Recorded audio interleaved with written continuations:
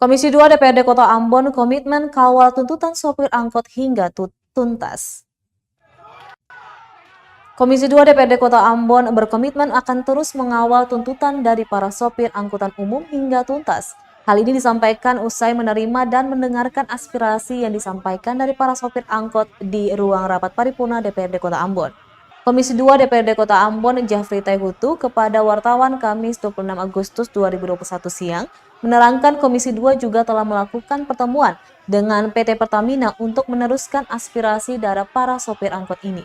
Mulai dari penghapusan BBM Premium hingga keluhan terkait antrian panjang di SPBU saat pengisian BBM Premium atau Pertalite. Yang melanjutkan melalui DPRD sekarang di Sub Ambon akan segera menindaklanjuti aspirasi dari para sopir angkot yakni dengan menyesuaikan tarif angkot. Di sini untuk Kecamatan Nusaniri ada Pak. Mengucapkan selamat datang bagi saudara semua.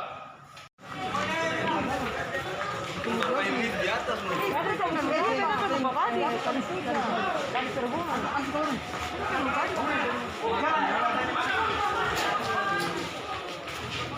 Nah sekarang tadi kan ada tuntutan dari para supir angkot lagi dengan kebijakan nasional itu bahwa yang namanya premium nggak lagi.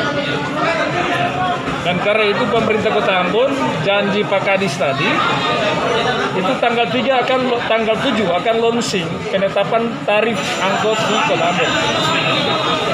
Ya selaku anggota DPRD Kota Ambon saya kira kami akan kawal apa yang menjadi aspirasi dari masyarakat tadi, khususnya supir angkot agar kalau kenaikan kalau udah dipakai yang namanya Pertalite tidak lagi premium, maka harus ada penyesuaian. Dan tadi berjalan dengan secara baik, mereka sadar akan